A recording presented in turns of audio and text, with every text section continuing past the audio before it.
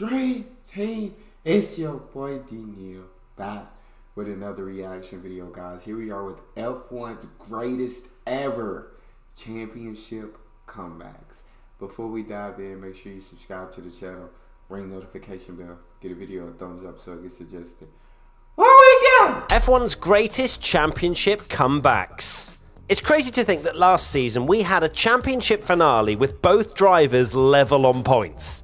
And this year, we're wondering how many races before the end Max Verstappen will have wrapped up the title. With a big old 80-point advantage over Charles Leclerc, it got me wondering, what have been the biggest point deficit comebacks in F1 history? You can tell I'm a fan of Leclerc, can't you? Let's see how far back some drivers have recovered from to take the World Championship. Sebastian Vettel, 2010. The year the world got introduced to Sebastian Vettel. Although the young German had finished second the year before to Jenson Button and Brawn, no one thought he had a hope in hell in 2010. Fernando Alonso had moved to Ferrari and Button had joined forces with Lewis Hamilton at McLaren, meaning Red Bull were pretty big underdogs to fight for the title. David Coulthard even got laughed at when he picked Vettel to win the title before the season opener in Bahrain. They really laughed at him when he chose Vettel. They laughed at him. I bet they felt sick after. I bet they felt sick at the end of the season. However, with just 6 races to go, Vettel was still just about in title contention, 31 points behind the title leader, having only won 2 of the 13 Grand Prix so far. He chipped away at the lead over the next few races, winning in Brazil and Japan, but failed to finish in Korea, meaning that Fernando Alonso arrived in Abu Dhabi for the season finale with a 15-point advantage over Vettel, with Sebastian. Alonso must not have finished the race. It's the only way. Alonso didn't finish the race.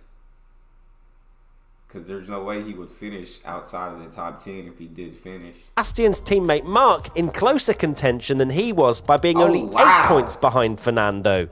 Surely there was no way he could overhaul the pair of them and win. Well, there was, because this video is about greatest comebacks.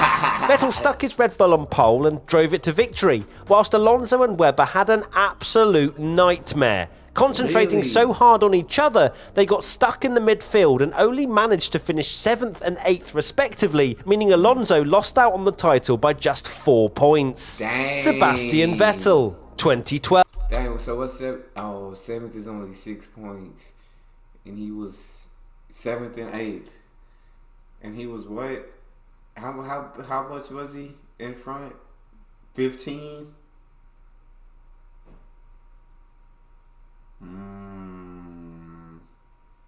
That's tough. That's tough. Gosh. 12. That was Lightning rarely strikes twice, but for Red Bull and Sebastian Vettel, they managed to overhaul a deficit to Alonso again. In a season that started with 7 different winners from the first 7 races, which is still an F1 record. That's 7 different winners? So nobody was just head and heels above the rest that season, it sounds like. Alonso was 39 points clear of Vettel in the driver's standings with 7 races to go and pretty much looked set to bring home his 3rd world title. Well, it turns out Vettel had other plans, as he went on an insane run, winning 4 of the next 6 races, turning his 39-point deficit to Alonso into a 13-point advantage as he entered the final race in Brazil. Make no mistake though, it wasn't exactly smooth sailing in the finale. Red Bull fans had a heart attack at the start when Vettel's Red Bull was sent spinning to the back of the pack at turn 1, forcing him to battle from the back for the rest of the race. And it was an absolutely epic race, may I add. It was touch and go for a while, but thanks to Michael Schumacher moving aside to let Vettel take a much-needed 6th place with just 7 laps left, Alonso would once again fall short, losing out to Vettel in the driver's standings by just 3 points this time. Jesus! Ouch. I know, yeah, Alonso had to be heated. Alonso had to be hurt, bro. That was 2 years in a row where you lost by such little points, bro, where it could have been yours. It could have been yours. 2007, Kimi Raikkonen.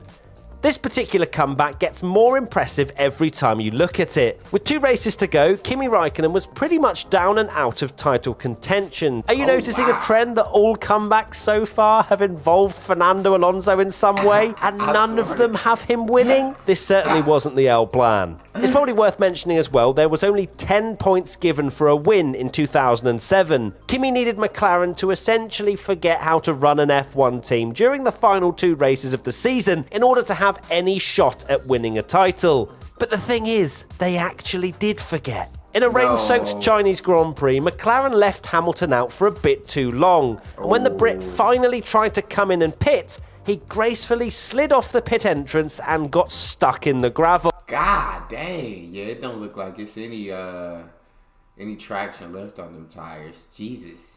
This allowed Kimi and Ferrari to take advantage and claim a much-needed win over Alonso, who finished second. Then McLaren dropped another clanger during the season finale in Brazil. Lewis Hamilton suffered mechanical issues early on, pushing him right to the back of the field, and only managed to recover to 7th by the end of the race. Life wasn't much better in the other McLaren as Alonso suffered from badly wearing tyres and ended up finishing almost a minute off the lead. The McLaren meltdown meant Ferrari could cruise to victory, finishing 1 point ahead of both Alonso and Hamilton in the drivers' standings. That's insane. 1 point. That's crazy. Hey, it takes skill, it takes hard work, it takes dedication, but at the end, you always need just a little bit of luck on your side. Unbelievable. That's 1986, crazy. Alain Prost. The finale to Alain Prost's 1986 World Championship winning comeback is maybe the best finale you've never heard of. Prost was 11 points behind Nigel Mansell's Williams with 5 races to go, which isn't exactly a massive mountain to climb against the other drivers on the list, but impressive nonetheless. Although he did put together an impressive run of form in the run-up to the season finale in Adelaide, winning 1 race and finishing second in the other 3. Prost still needed to win in Australia in order to capture his 2nd world title. After sitting in a comfortable 2nd place on his way to a guaranteed world title, Nigel Mansell's tyre did its best impression of a 2022 Ferrari engine, failing and exploding dramatically, forcing Mansell to retire. Williams erred on the side of caution with Mansell's teammate Nelson Piquet, forcing him to pit and change tyres before the same thing happened to him. This gave Prost the lead, and despite Piquet setting multiple lap records trying to chase him down and capture a world title of his own, Prost held on and won, beating Mansell by just 2 points and Piquet by 3. That's crazy. Take a deep breath. Ferrari fans, I hate to break it to you, but that's the end of the video. There's been no 80-point deficit comebacks. What Ferrari and Charles Leclerc need to do in the second half of the season would have to be flawless, and also hope for Verstappen and Red Bull to slip up. We'll see what unfolds in the coming months. There you have it, a look into F1's greatest point deficit comebacks. Which was the most impressive for you? Have we missed out any that you'd have included? Let us know in the comment section below. That first Vettel comeback was probably the most impressive one. There was no way. There was no way. He was good. He should have won that. Fernando. It seemed like you done choked a couple times, Fernando. That's all we got. If you guys got no favorite video suggestion, you can subscribe to Patreon or drop it in the comment section. It's your boy D Neal. Out.